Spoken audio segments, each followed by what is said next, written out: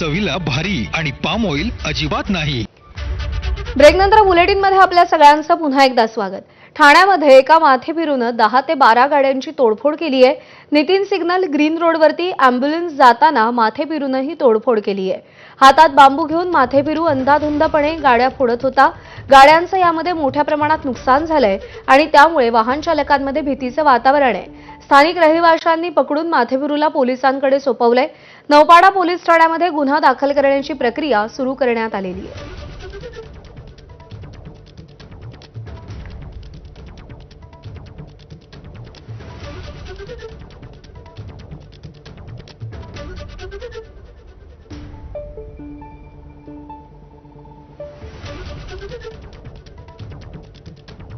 गाड्यांच्या काचा या माथेफिरूनं फोडलेल्या आहेत। दृश्य समोर आली आहेत। नितीन कंपनी ग्रीन रोड परिसरात ही संपूर्ण घटना घडलेली आहे। गाड्यांचं प्रचंड नुकसान झालंय।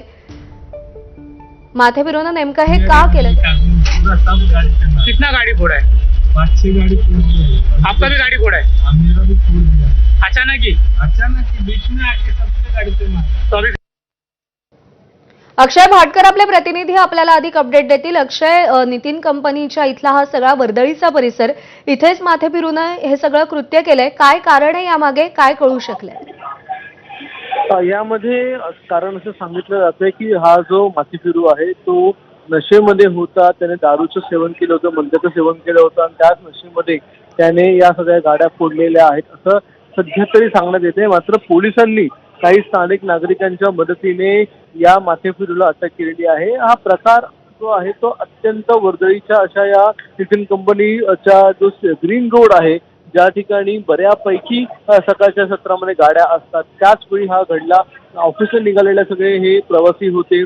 त्या सगळ्या प्रवाशांना अचानक धक्का बसला। ज्यावेळी हा जो माथेफिरू आहे त्याने हातात एक बांबू घेतला आणि अक्षरशः प्रत्येक गाडीची काच तो फोडत गेला।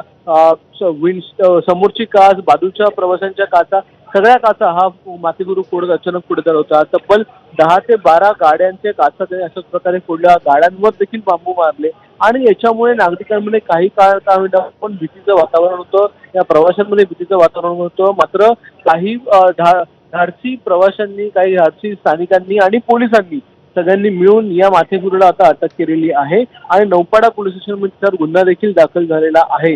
ज्या गाड्यांच्या काचा फोडण्यात आल्या त्या वाहन चालकांचे देखील जबाब नोंदवले जात आहेत आणि प्रवाशांना मात्र इथून वेगळ्या गाड्यांनी पुढे पाठवण्यात आलेला आहे।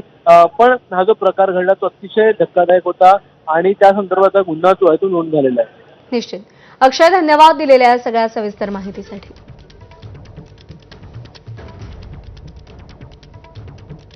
पुढची बातमी। दहिसर काशीगाव या मुंबई मेट्रो 2 या मार्गाचं मुख्यमंत्री देवेंद्र फडणवीस आज उद्घाटन करणार आहेत। उपमुख्यमंत्री